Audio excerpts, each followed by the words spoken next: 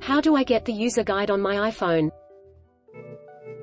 Tap Open on your iPhone or iPad to pull up the user guide in iBooks. Next tap Get. You may need to enter your Apple ID and password. Once the user guide is downloaded to your device, you can select Read as shown above. iPhone and iPad, how to get the official Apple user guides for free.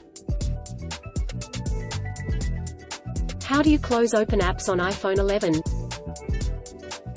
From a home screen, swipe up from the bottom of the screen and pause near the middle of the screen until all open app cards appear. To open or tap Close, Open, scroll to and tap the desired apps on the list. Close, scroll through the list of apps, swipe up on the desired app.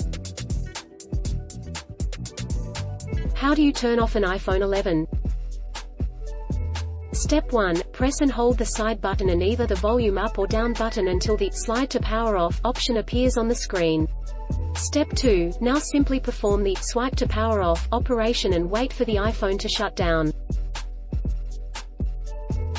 Don't forget to subscribe and hit the bell notification for more of these videos.